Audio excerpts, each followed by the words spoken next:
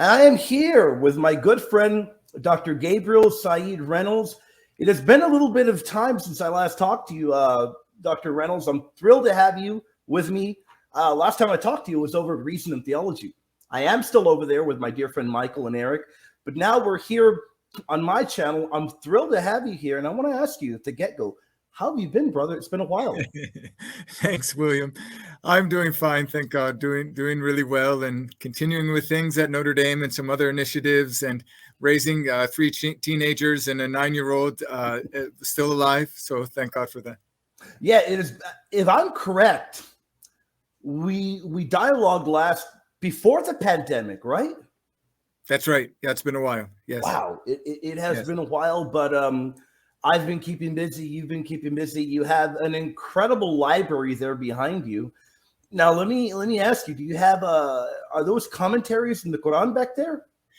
Well, they are. There's one of the shelves is basically commentaries. They're sort of organized. Viewers will notice that the way publishers produce Arabic books, these multi-volume books, which are sometimes commentaries, sometimes historical dictionaries. But when you stack them all together, you see the title written out through the volumes, which is really cool. Yeah. So there's Hadith on the top, and then commentaries, and then there's some other works on jurisprudence and other topics. You know, that really does get to the next question I was going to ask you, because I have a lot here in my channel. We've got a lot of people that tune in that are either Catholic. I have a lot of Eastern Orthodox mods, a lot of evangelical mods, really people that love the faith. And they're going to wonder, what is a hadith? What is a hadith? Yeah, that's a good question. Yeah, I shouldn't just like throw that out there without any explanation. So, William, in Islamic theology, there are 2 sources of revelation. So the first, as many will know, is the Qur'an, understood by Muslims to be the very word of God brought down from the angel Gabriel from God to the Prophet Muhammad. But the Qur'an is a relatively short book. It's about 60% of the New Testament in length. And it's mostly filled with, we'll be speaking a lot about this. It's mostly filled with exhortation, stories of the prophets, references to heaven and hell, some legal material, but there's not a lot of practical advice. So just to give one simple example, everyone knows Muslims pray 5 times a day, but the Quran never speaks about the obligation to pray 5 times a day. So a lot of the details, like that one, come in the second source of revelation, which are books which contain reports of either the sayings or the deeds of Muhammad, reported usually by his companions or by one of his wives. And they are understood by Muslims to be also divine revelation and authoritative in terms of guidance on both theological and practical matters. But the hadith are not the word of God in the same way that the Quran is. So the articulation of the words are not understood to be God's articulation. It's Muhammad's speech, not God's speech. Therefore, it wouldn't be read like liturgically. It wouldn't be part of Muslim prayer. So that's it. Yeah, and thinking in terms of, at least Catholic theology, there's a rough correspondence between scripture and tradition. It's not a really exact correspondence, scripture or tradition to Quran and Hadith. That is a fantastic explanation. I greatly appreciate it. And I think it really does get to the heart of the issue. So then, really, a hadith would not be put on an authoritative level as the text within the Quran. Is that correct? Okay, so yes and no. Okay. When it comes to questions of, to legal questions, and law in Islam is really broad. Right. So law could be matters of civil law or family law, could be marriage, divorce, crime, something like that. But law could also be like how you pray, ritual purity, all of these things. So when it comes to those sorts of questions, they're equal. The hadith have authority similar to that of the Quran. But when it comes to sort of the sacred nature of the text, only the Quran is the word of God. So Muslims will read the Quran, even if they don't understand the Arabic, understanding that they're fulfilling an obligation by doing so, and will have some sort of merit or virtue by the act of reading the Quran. So just to give an example, I mean, Muslims in, say, Malaysia or Indonesia, two very large Muslim countries. Indonesia is the largest Muslim country. The vast majority will not understand the Quran when they read it in Arabic, but they'll still read it in Arabic because there's a certain reward or blessing that comes with that act, if that makes sense. So that's only for the Quran, right? Reading the Hadith, you only do it when you're seeking guidance or information. Okay, that is a fantastic answer. Now, do we know more or less when the Hadiths were authored? That is a really thorny question. So, okay, let me give two answers. The traditional answer is, well, I mean, composition of the Hadith means the act of Muhammad saying what he said or doing what he did. Yeah. And then there were eyewitnesses who passed it down to the next generation, next generation, kind of a little bit like apostolic authority or succession, until they were finally compiled, principally in the 9th century. So the most famous book of Hadith, you can sort of see it over this shoulder there, the blue and white book. That's the English translation of a book known as Bukhari. Yeah. That Bukhari dies in the year 870. And so that's when it's finally written down. So that's sort of the traditional answer. Now, the critical, sort of academic critical answer is, well, a lot of scholars doubt whether these are authentic statements of Muhammad or authentic reports of his deeds or actions. And there's all sorts of arguments for that, which we could get into, but I'll resist the temptation right now. So these reports could actually not, in fact, be transmitted from Muhammad himself, but could be late sort of speculation or complete inventions, which are attributed to Muhammad to give authority to the points of views communicated in the Hadith. So they could have, their actual origin could have been in the 8th or 9th century and not in the 7th century. By the way, Muhammad's prophetic career by tradition is between 610 and 632. So a bit after then, they would have been authored, perhaps. Yeah, the standard line of Western scholarship is, listen, there's so much anachronistic stuff in the Hadith, and there's so many contradictions, so different views being attributed to Muhammad on things like free will, but even simple things about like what you dress, what you should wear, how you should eat. Like there's so much variation in there that it's probably these Hadith were created in the 8th and 9th centuries by Muslims who were seeking answers to everyday questions, but also theological questions. That would be sort of the standard line. In recent years, I would say the last 25 to 30 years, there's a move in scholarship to defend the traditional view.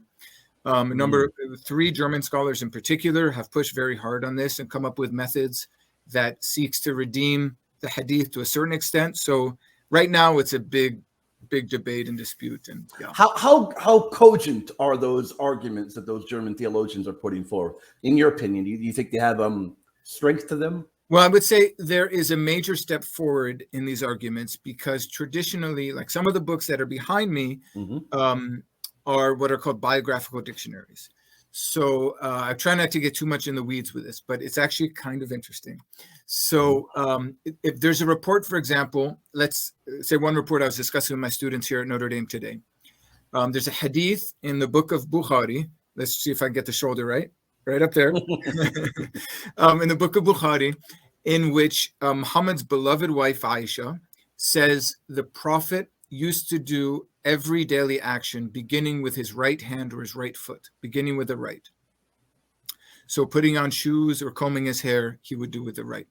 Now, if you read that hadith, before the report, the words of his wife Aisha, you have a list of names. So say, I heard from, this is Bukhari saying, I heard from such and such a person, who heard from such and such a person, who heard from such and such a person, who heard from Aisha, that she said. So that's called a chain of transmission.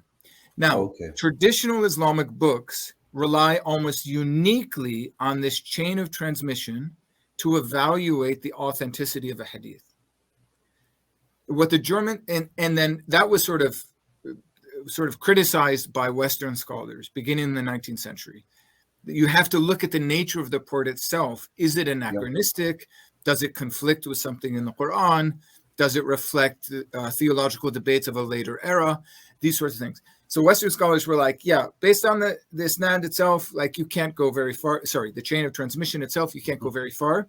What these three German scholars have done recently is they said, we're going to look at the report and the chain of transmissions. I said the Arabic word for it, isnad.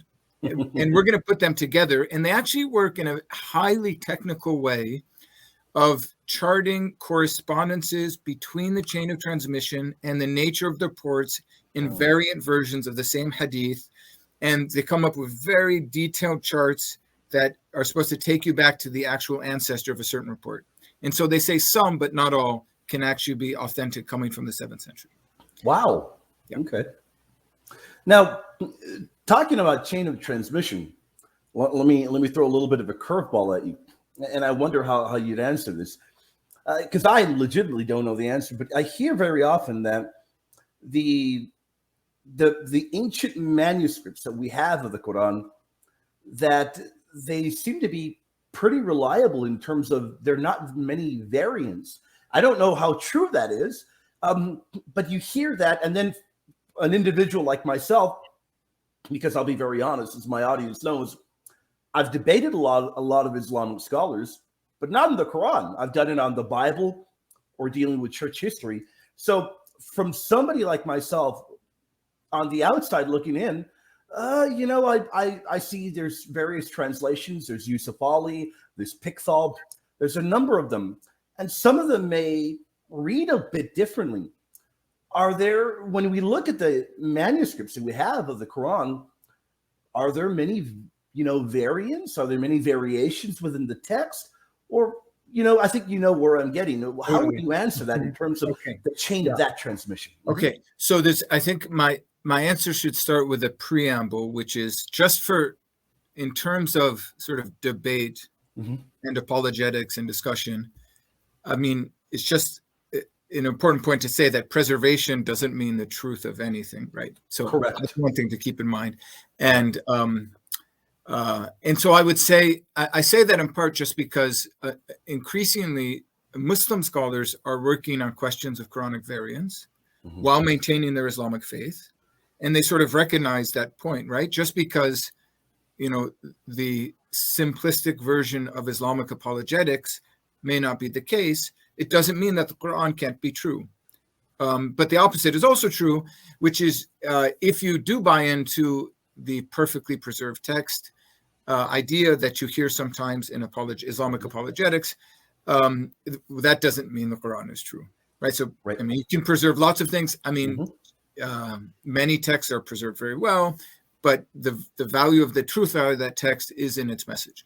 Okay, so that's sort of preamble. You probably didn't need to hear that. No one probably. No. I think we did. That is a great point, because you frequently you'll hear, well, that is perfectly preserved, or this there are no variants there. But you make a great point that it doesn't mean that what is contained in there is true, and you're not making the argument on the other side as well. You're simply bringing that point forward. I get right. Totally. Like, for example, our discussion today will be, I imagine, perfectly preserved. Broadcast, and anyone can get it word for word, and we're there for a long time, hopefully, and all this. But it doesn't mean anything I'm saying is brilliant or inspired or something like that. Same here. But as for the question of the variants of the Quran, so the answer is, from one perspective, yes, it's extremely well preserved. But from another perspective, there are many variants. Okay, so what I mean by that is the following. The basic text of the Quran, which in Arabic is called the Rasm, R-A-S-M, that basic text, which is more or less a skeleton of the consonantal text, the consonants in the text. That basic text is very well preserved. And in fact, there is only one manuscript in the world that has any significant variance on the level of the basic text. Now, for this to make sense, you have to keep in mind that Arabic is not like English or Latin or Greek, in that both vowels and consonants are written, and that there's one sign for each vowel or consonant. Arabic, a little bit like Hebrew, but to a much greater extent, is written in a basic form, and then marks are added above and below that basic form to complete the consonants and to write the vowels. How am I doing so far? Is this kind of great? No, it's fantastic.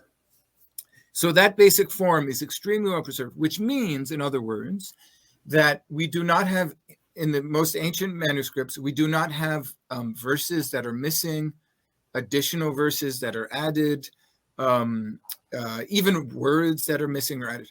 Okay, with one exception, which is a manuscript that was found in the 1970s in Yemen.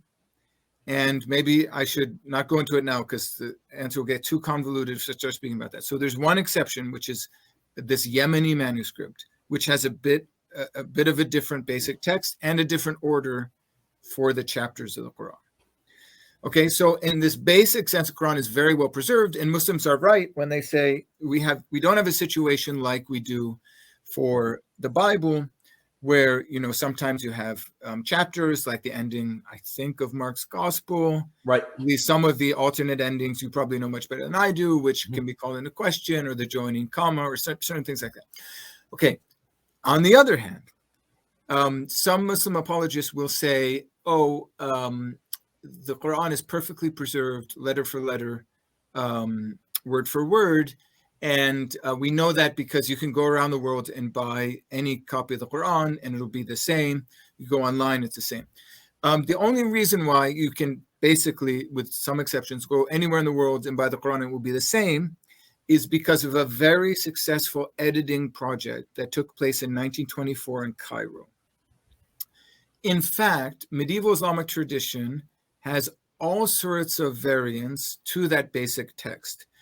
And although this point is debated, in my humble opinion, what happened was that basic text was transmitted, but the way to complete the text by adding those marks above and below was confused.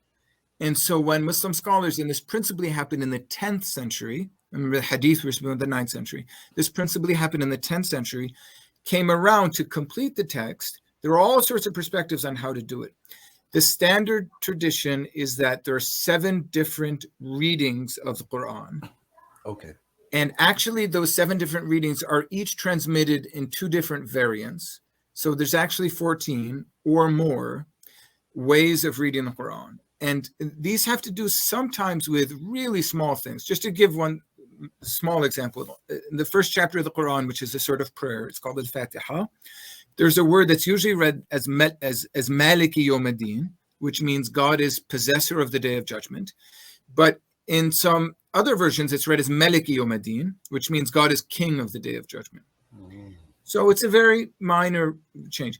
Sometimes the differences are more, especially when adding a mark turns an active verb into passive, or a passive verb into active. And then you can get, so yeah. So is there an example of that? But do you have perhaps an example of a something where a change would be significant, perhaps? Yeah, so I can think of one. There's a tradition where the Quran can be read either as tus'al or tas'al. Now, tus'al means to be asked, and tas'al means to ask. And the full verse says something like, one way of reading it is, do not ask, I believe it says about the unbelievers, or those who are not listening to your message. I can come up with a reference here in a second. And according to that version, it's understood that the prophet was asking about the fate of his own parents, whether they're in heaven. And the Quran came with a rebuke from God, which is, do not ask about this. And there's a whole nother story that lines up with the other reading, which is, you will not be asked, which means that Muhammad was concerned with those who were not following him. And he was sort of in a sort of anxiety about that. And the verse, by saying it now says you will not be asked, it means you will not be held responsible for it. So you have 2, doctrinally, it may not be a big deal, but you have 2 very different sorts of readings of the text with different meanings. That is a really, really good point. That's fantastic. And I think that you've made a number of really, really good points that I know the audience are going to greatly appreciate. Now, I do want to, as we've been talking quite a bit, the one thing I do want to mention is you have an incredible book that you put out, and I don't want to get it wrong. I think it was it 2 years ago? Was it 3? It wasn't that long ago. Allah, God in the Quran. I own that book. I have that book. It's a fantastic book, by the way. And I want to talk about that a little bit. I think it was your latest book. By the way, before we get into that, are you working on another book? I'd love to hear that. Are you working on anything new right now that you have coming out anytime soon? Okay, so thank you, first of all. That means the world to me. I've really labored. I have the book right here, so I'll just show it off for a second. It's a wonderful book. It's not too shameless. No, yeah, so not at all. No. I really put my heart and soul in that book, and it's been received in different ways. I mean, some people have been critical about it. The basic argument is that the Quran, we can speak about it more, but the Quran holds for divine freedom. So God has the freedom to guide, lead astray, to forgive, or to bind people's sins in the Quran. So so that was a real labor of love working on that book. It came out in 2020 with Yale University Press. My current project is a second edition of my textbook, which was published with Fortress Press, and it's titled Emergence of Islam. So again, it's sort of designed for class use, but it's meant to bring things down to a really clear level.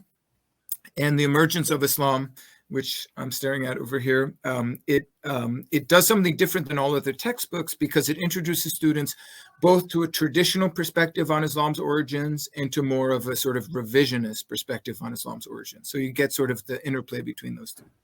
Now, the one thing I would like to add is that, and for me, I appreciate it greatly because I've noticed in the material you've put out, Dr. Reynolds, that it is very easy for me to digest, to understand, yet I also get a scholarly flair from all of your material. But I want to put a plug in and say that I think that your books can be understood by somebody coming to them with perhaps limited knowledge.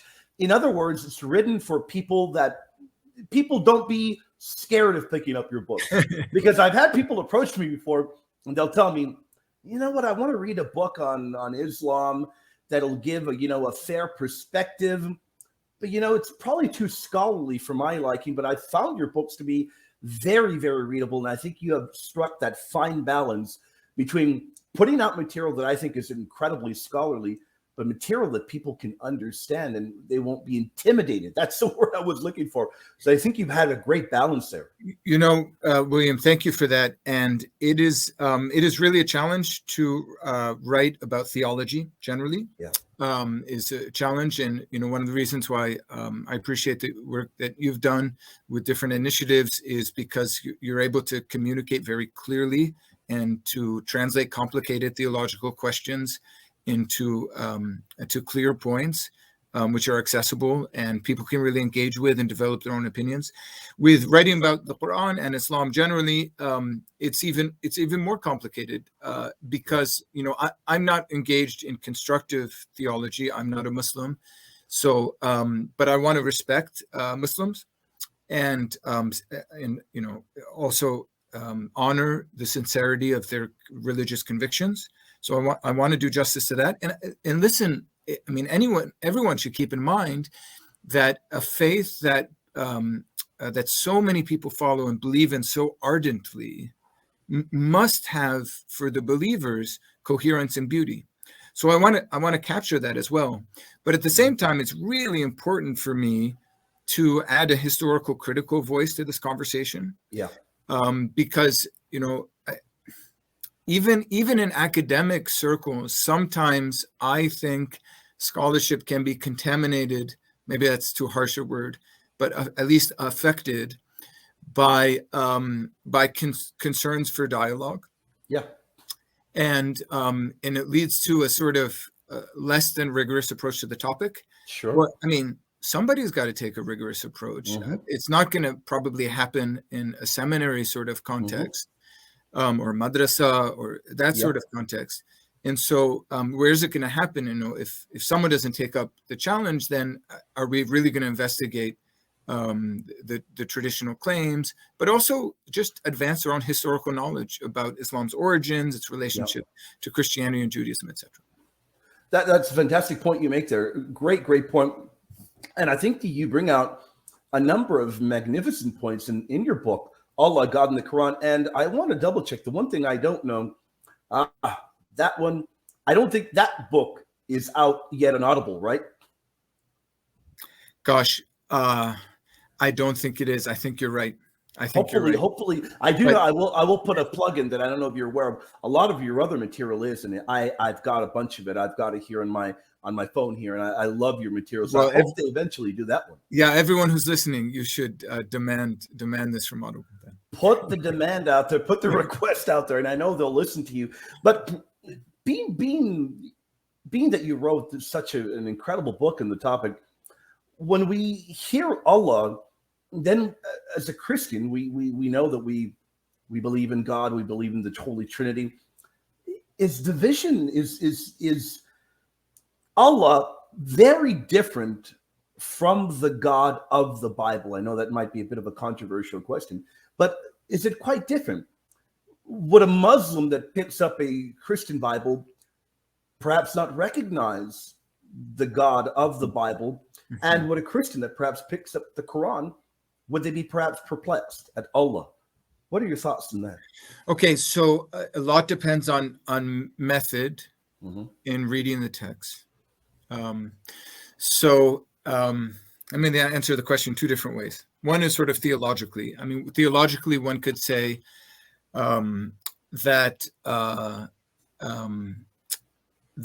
the Quran and the Bible, well, first of all, the Bible can be treated as a book and not just a library of different books. So it has one coherent message, and we can, as a Christian reader would read the Bible principally through the lens of the New Testament.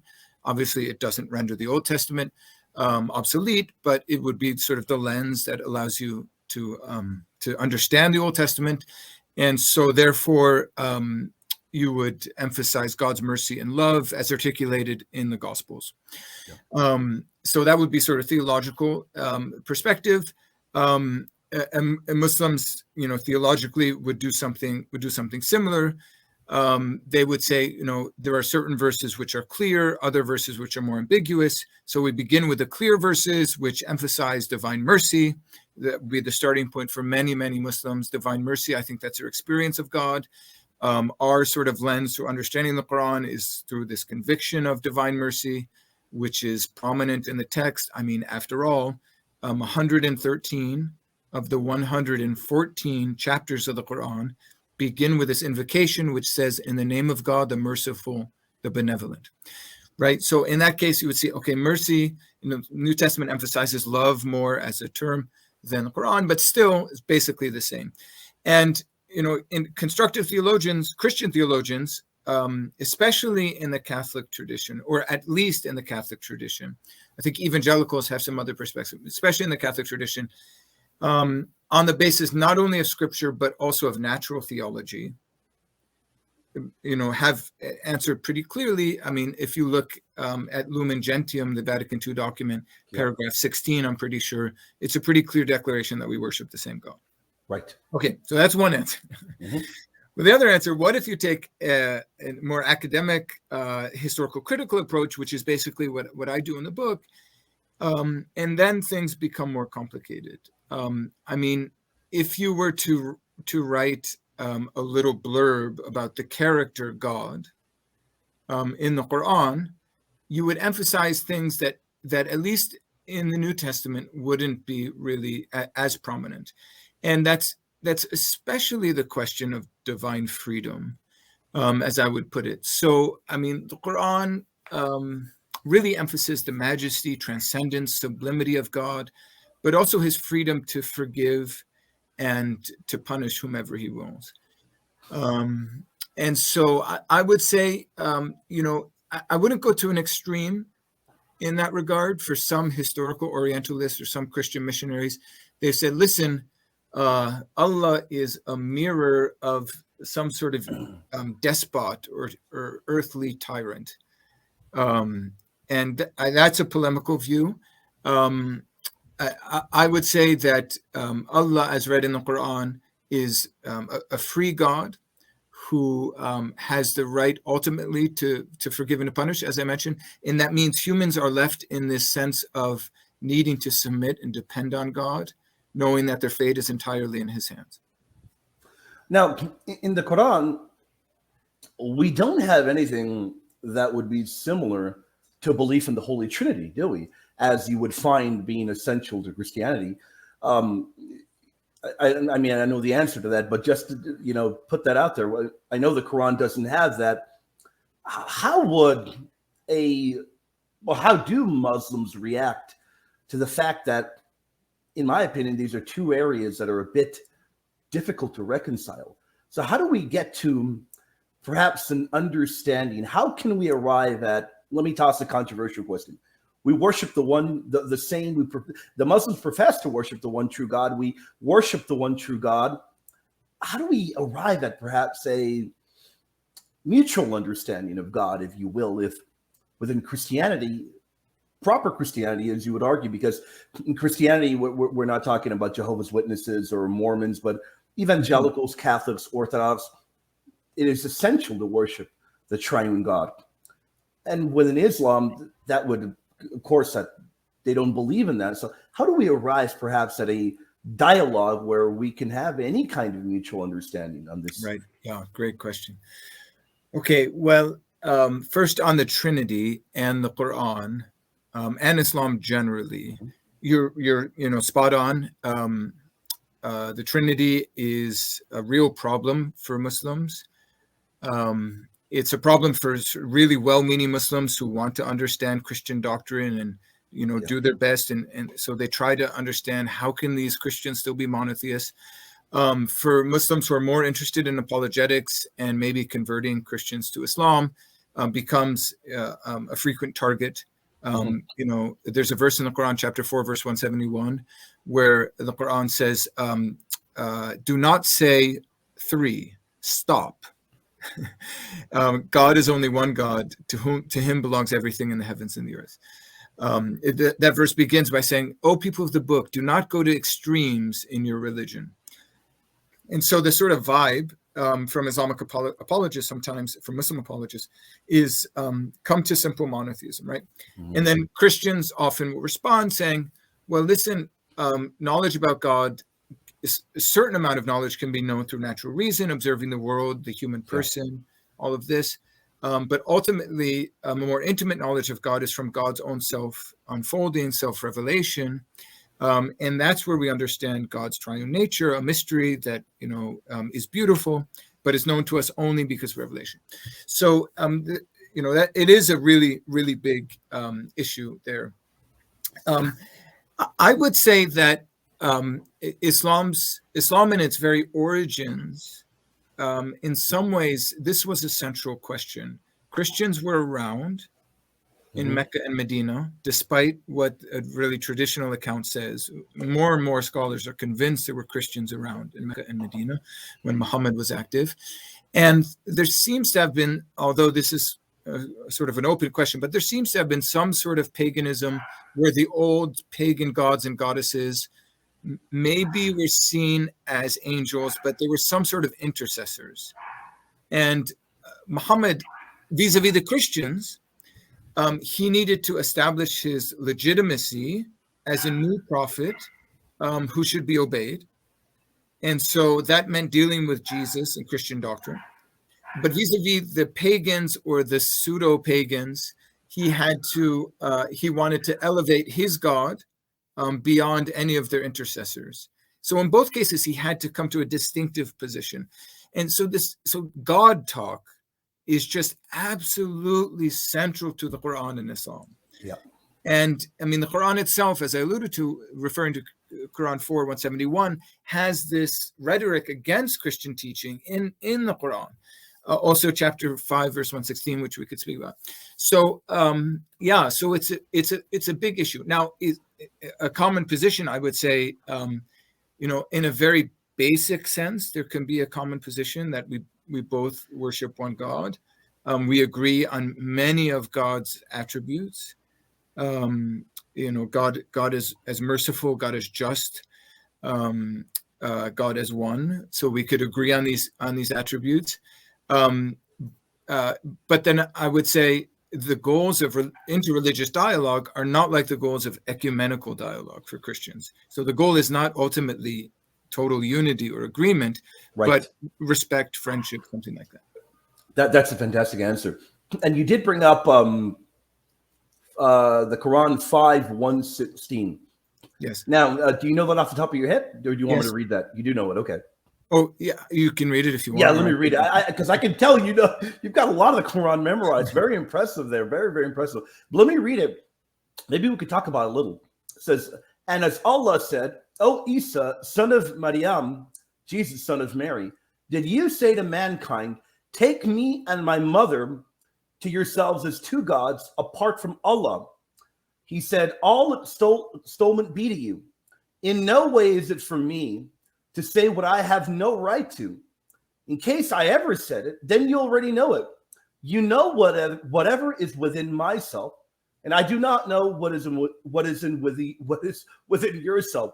Surely you, ever you, are the superb knower of the things unseen. I don't know if that's a good translation. I Googled it and it came out right away. Is that more or less what is being put forth there?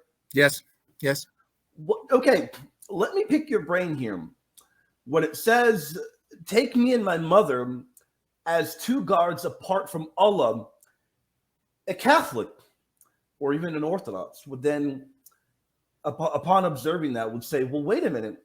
Is the Quran making the mistake of believing that the Christians were giving worship to Holy Mary?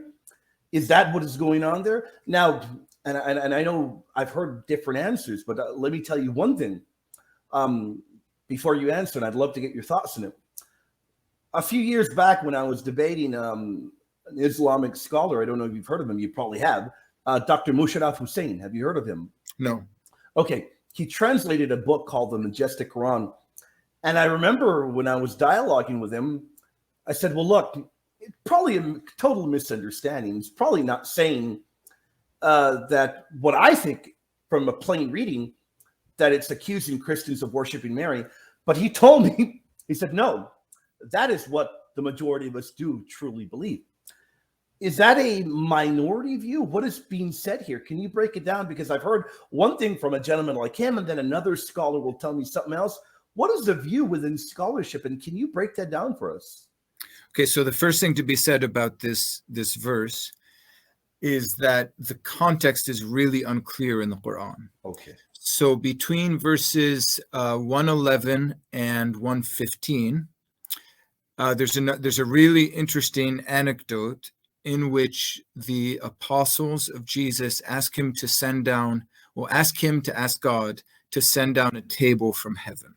So we can speak about that. I have thoughts about that too. But and then suddenly in verse 116, you have this verse which begins as you had it, where God turns to Jesus and he says, hey, Jesus, did you say to the people, take me and my mother as two gods apart from God?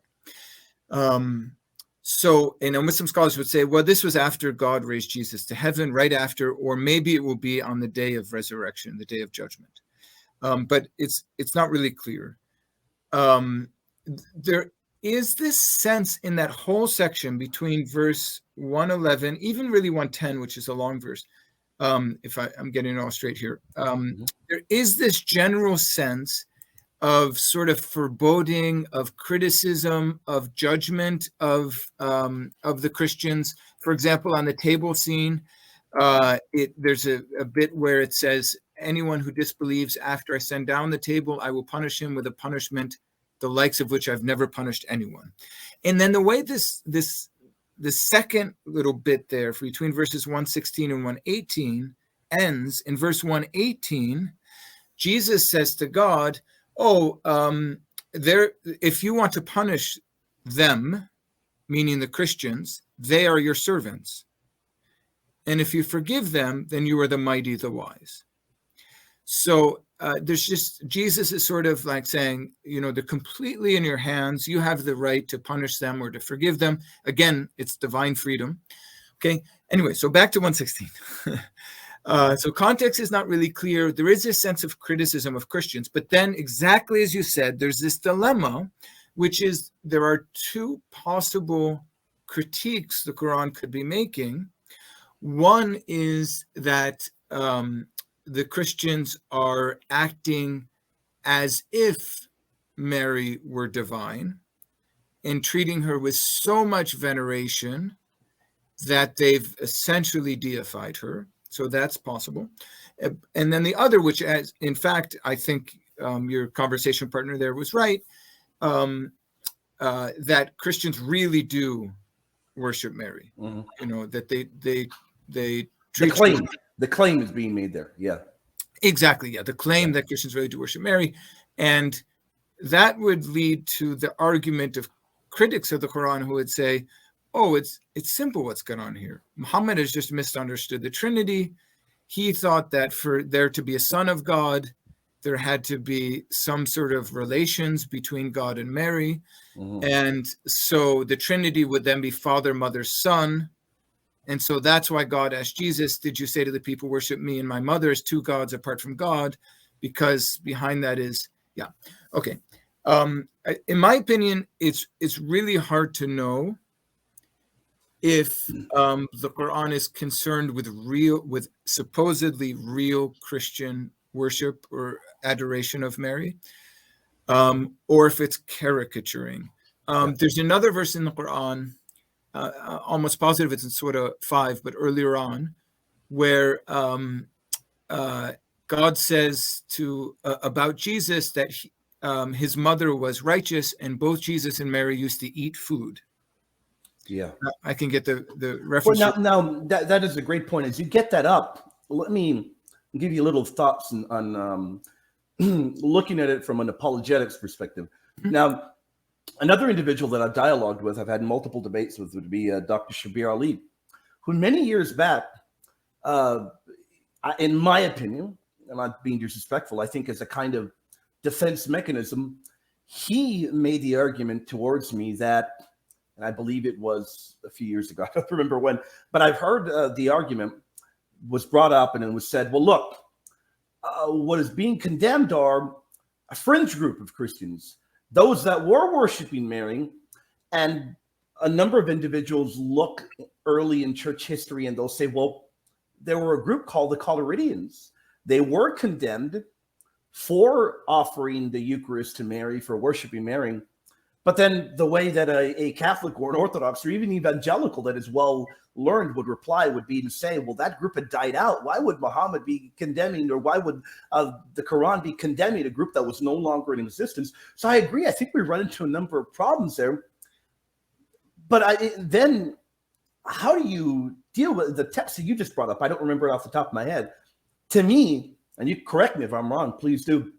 When it says that Mary ate food, I read that and I think, okay, it's trying to humanize Mary as opposed to the deity, a kind of divine-like figure that was, and that divine-like figure was being condemned. So is it condemning Christians that Muhammad believed were worshiping Mary by making that comment? How do we make sense of that? Okay, so I don't have a definitive answer. Really interesting thoughts there, William. So thank you very, very much for raising this topic. First of all, I do not think there is any solid academic basis to conclude that there was a group of Mary worshippers, the Coloridians. I believe Coloridians appears in a text on Christian heresies written by Epiphanius, and it would date to a period before Islam. And there's no sign that they would be in Muhammad's environment in the western part of the Arabian Peninsula.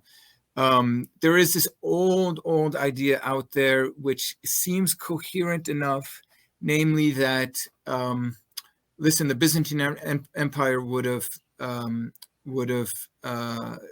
exposed and eliminated heresies within its own realm, but Arabia was just on the other side of the frontier, and it was sort of a an oasis where the heretics could find refuge and flourish.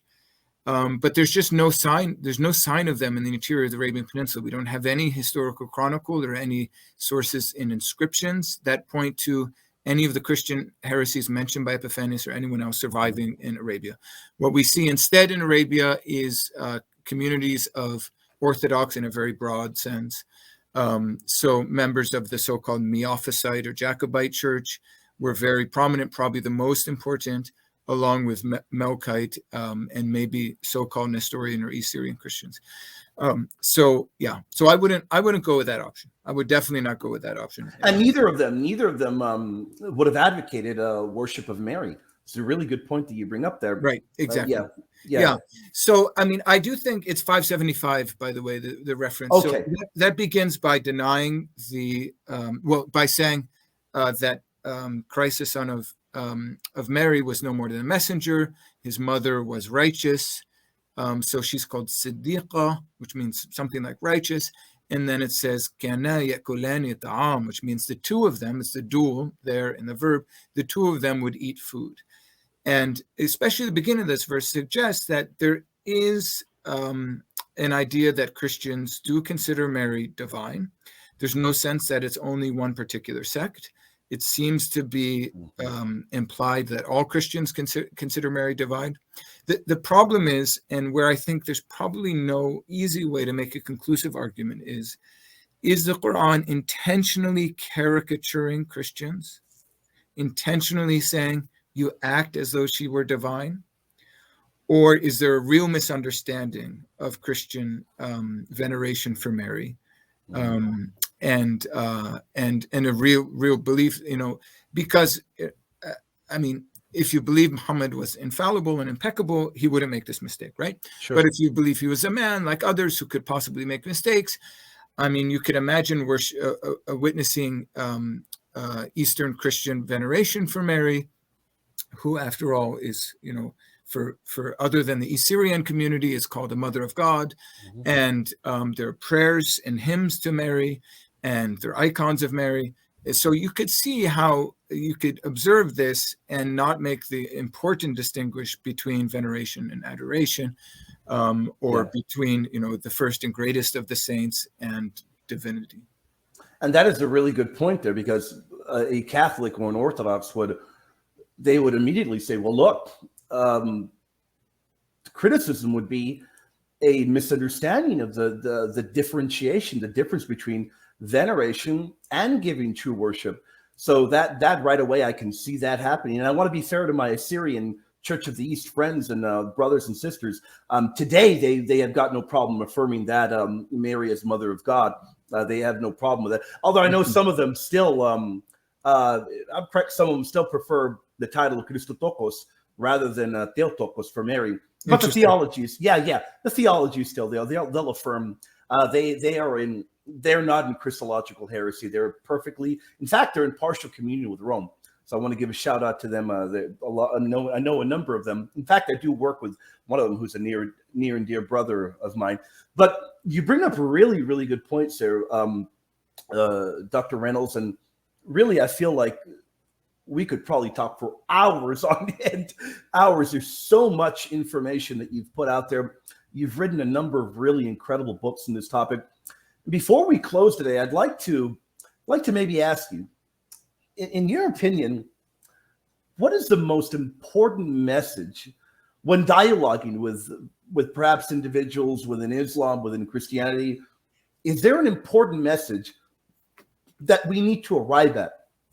I know there's a lot of heat within debates, and I'm not talking about compromising anyone's faith at all by any means. People know I'm very, very, I wear my Catholic faith very proudly.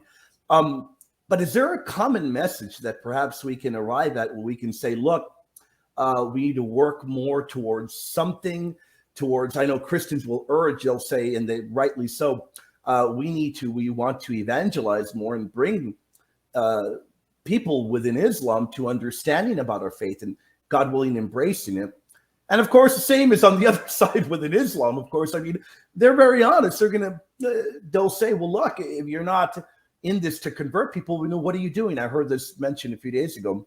what is the ultimate message that you would like people to get from reading your books? Now, I know there's a ton of great information, but is there an ultimate message you'd like people to get from reading your books? Well, it's not going to be super theological, because really 90% of the work I do, maybe 98% of the work I do, is sort of straight historical critical work. And so that's really important to me, to be doing that sort of just rigorous study, and to advance our knowledge collectively. And in that work, I mean, there are many Muslim friends who are colleagues doing very similar kind of work. And it's beautiful because you become conversation partners and you're engaged in a common task. And, you're open to fraternal criticism and critique. And, you sharpen each other's intellects and ability to analytical abilities by correcting each other.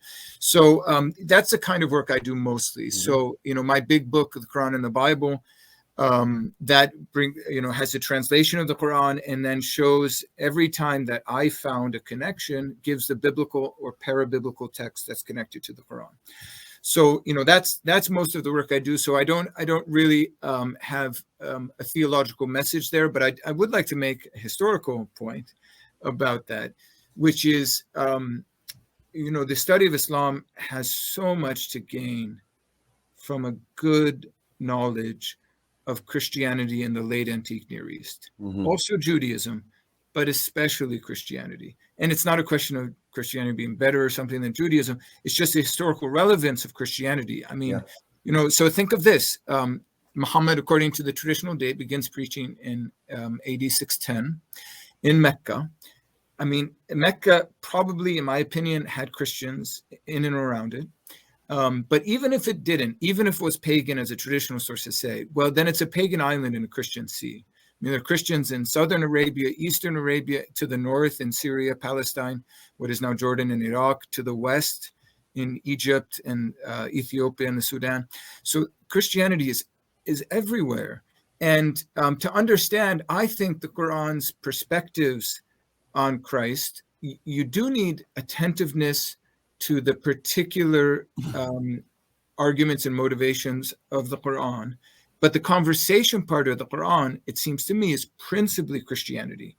And so this is seen in the enormous interest in the figure of Jesus, but also Mary, John the Baptist, and Zechariah in the Quran. And it's a fascinating thing about the Quran. It uses biblical turns of phrase. I mean, who knew, for example, that the camel in the eye of the needle is used by the Quran in chapter 7, but it's not used in reference to a rich man. It's used in a different way. Wow. So, I mean, Christian language is just in the air. So, I just think this is something that critical scholarship, taking place mostly, but not exclusively in the West, has something to offer the study of Islam everywhere.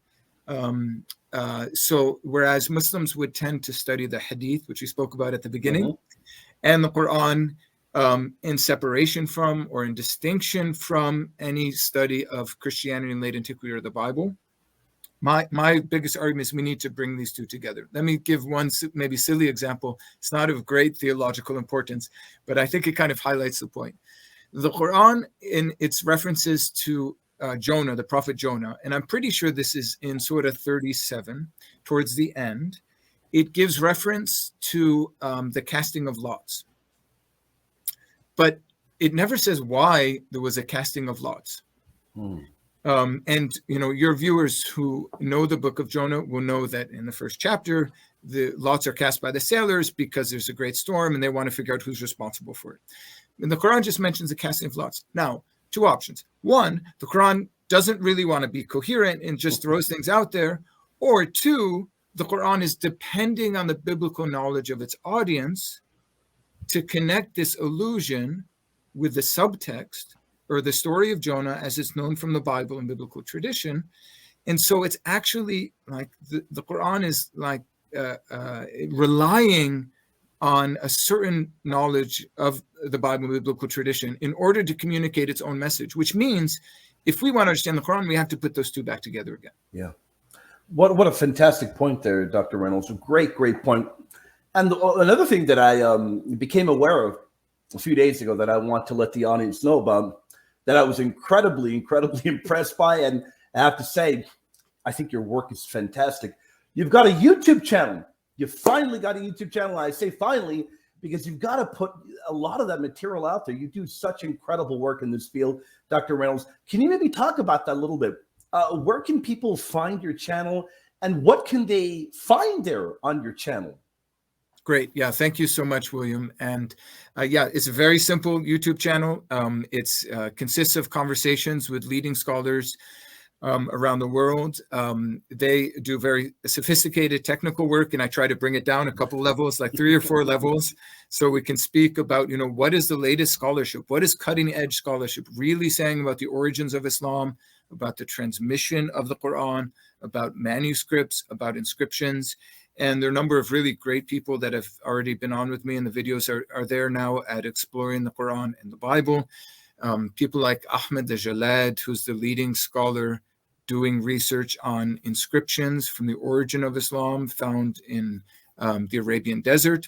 But also, you know, friends and scholars like Imran al-Badawi has been on there as well. My own colleague Munim Suri from Notre Dame. So a number of leading Muslim scholars. I also am interested in dialoguing about the Bible. So I've had a conversation with a colleague at Notre Dame, Gary Anderson, wrote a book on sin, simply called Sin, a History. So we speak about that as well. So you find both conversations about the Quran and the Bible at Exploring the Quran and the Bible.